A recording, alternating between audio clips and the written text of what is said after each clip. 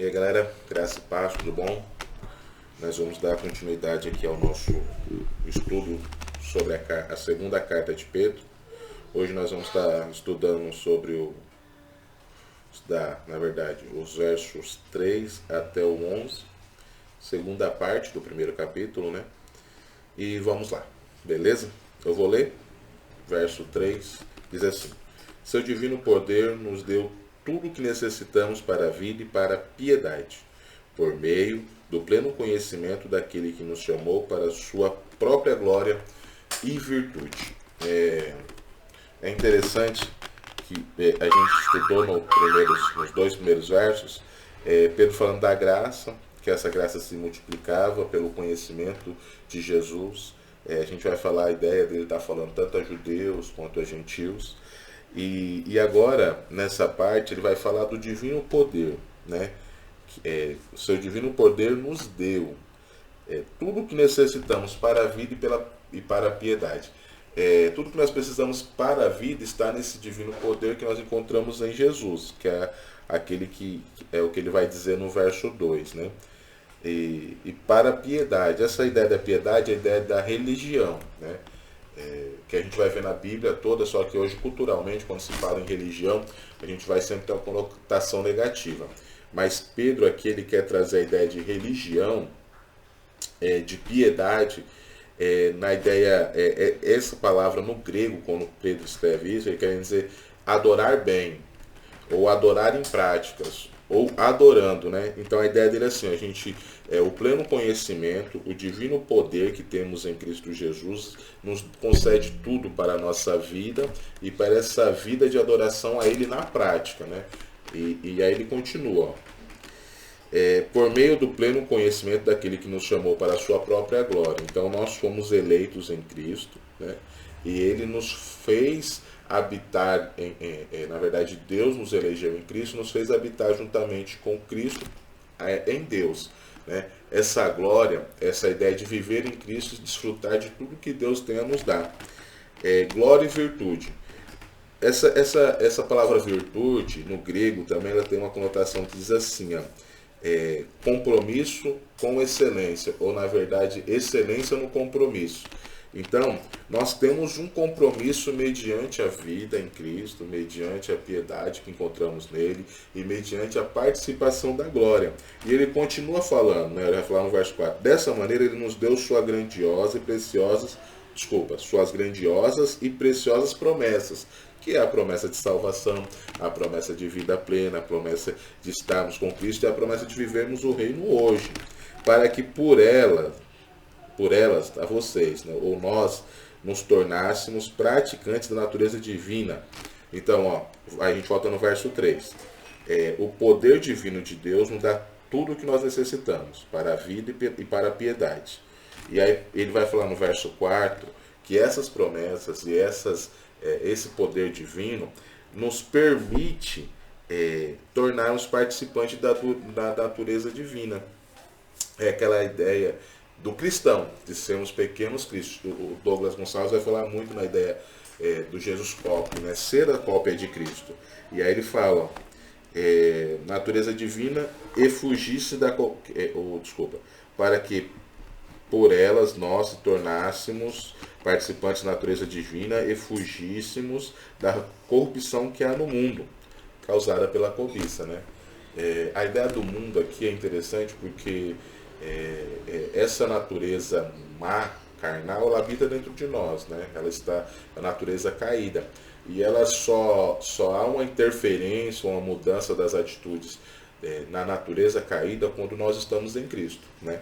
E aí, quando nós estamos em Cristo, nós desfrutamos do divino poder para ter essa vida aí que tanto Cristo, quanto Paulo, quanto Pedro, quanto os apóstolos, todos que escreveram e viveram o Antigo Testamento, a igreja primitiva, nos mostraram na prática essa vida em Cristo.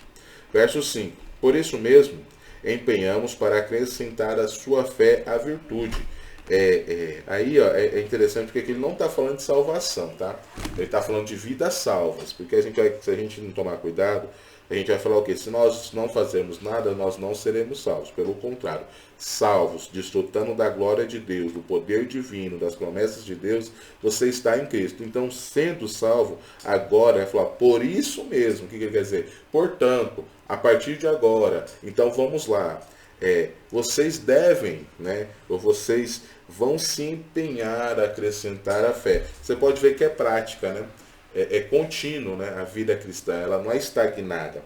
Então, quando nós somos salvos em Cristo, quando o Espírito Santo nos alcança, nós somos eleitos em Cristo, nós precisamos ter essa vida ao acrescentar.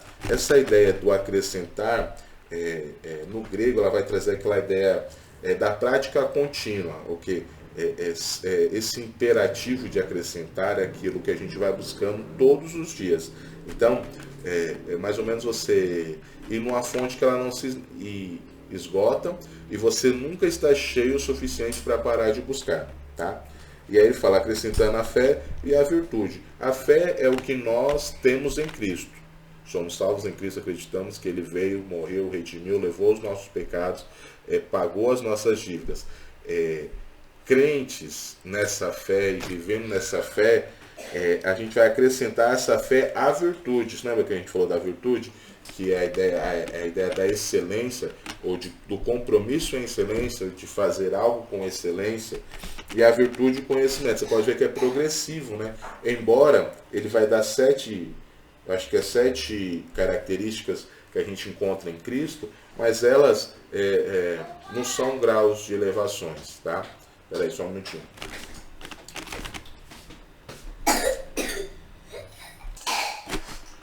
Desculpa, meu herdeirinho mais novo chegou aqui. Eu tive que pausar o vídeo. E como eu não estou querendo editar, vai direto, vamos lá. Então a gente parou na ideia da virtude, o conhecimento e na ideia progressiva da vida cristã. Embora um não é um grau acima do outro, mas todos trabalham junto. É mais ou menos assim, vai falar a virtude, o conhecimento, ao conhecimento o domínio próprio, ao domínio próprio a perseverança, a piedade, a piedade a fraternidade o amor. Não quer dizer que nós vamos adquirindo essas características que o Espírito Santo provém em nossas vidas, um seguido do outro, mas a progressão na vida cristã, ela vai nos adicionando todas, independente da ordem, tá? Mas aí a virtude é aquilo que a gente falou, fazer com excelência, temos um compromisso, e nesse compromisso de fazer excelência, nós buscamos o conhecimento é adquirido a nós, e nós conhecendo a Cristo, a tua palavra, a vontade de Deus, que o Espírito tem a nos oferecer, ele produz em nós o domínio próprio. É interessante porque o domínio próprio é um fruto do Espírito, né? Tá lá, Paulo vai falar em Gálatas capítulo 5 que é um fruto do Espírito. E é necessário que nós tenhamos ou vivamos os frutos do Espírito em nossa vida. E é o domínio próprio, a perseverança. É interessante porque a gente só consegue a ideia do domínio próprio, daí volto na fala que eu disse, que é progressivo, mas não um na sequência do outro.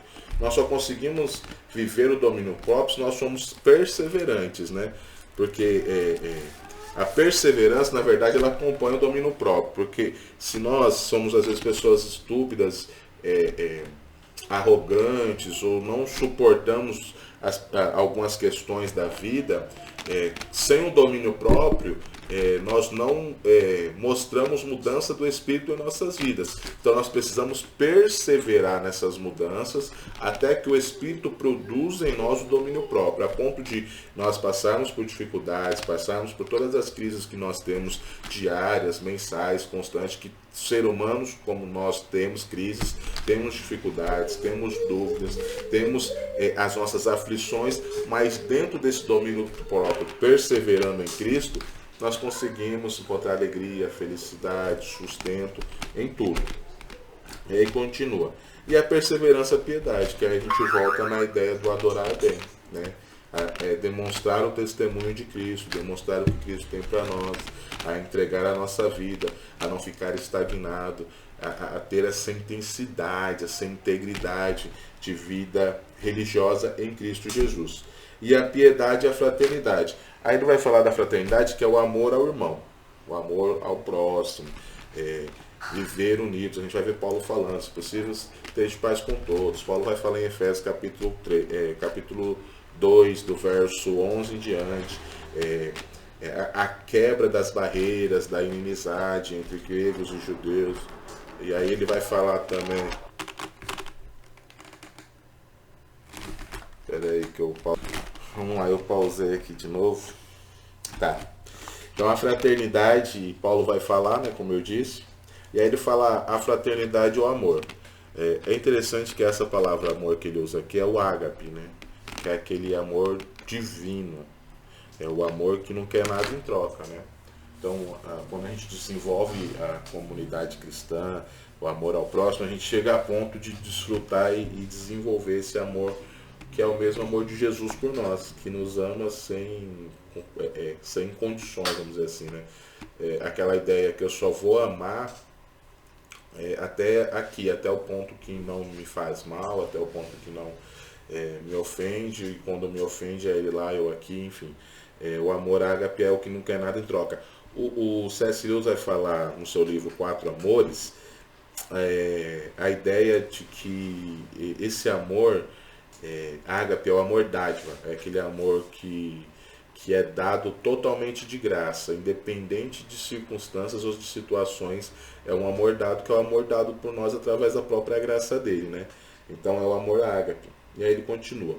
Porque essas qualidades existem.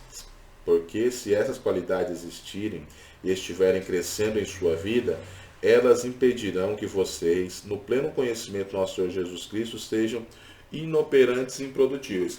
É interessante isso daqui porque traz um despertamento para nós, né?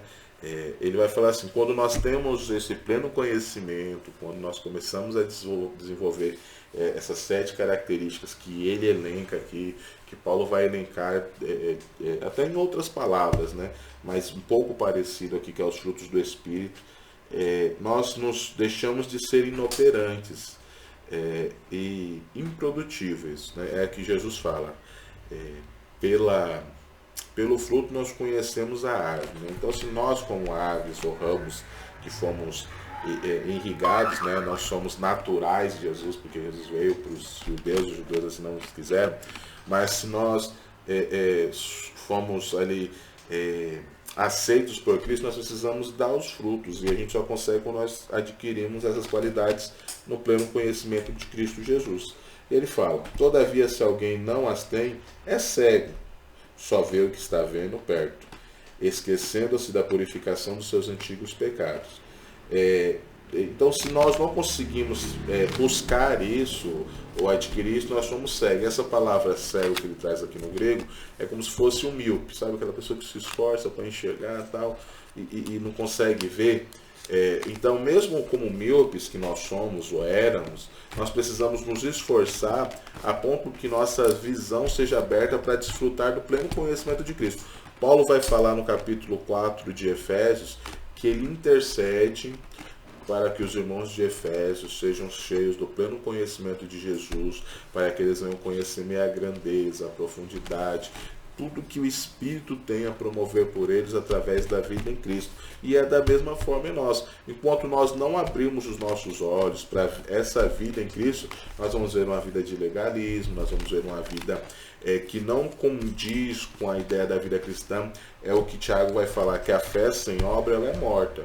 Tiago quer dizer o quê? Que beleza, você tem fé, que é o que Pedro está dizendo aqui, que nós somos salvos pela fé, justificados em Cristo, que isso não depende de nós, somente de Cristo, mas salvos em Cristo nós precisamos acrescentar à fé essas virtudes, que aí é as obras que Tiago vai dizer no seu livro, tá? E aí ele continua, portanto, irmãos, tá, vocês sabem de tudo isso, agora vocês estão cientes que o poder divino de Deus tem tudo que nós precisamos para a vida e para a piedade, para a vida religiosa, que nela nós temos as promessas e que essas promessas nos levam a acrescentar à nossa fé essas virtudes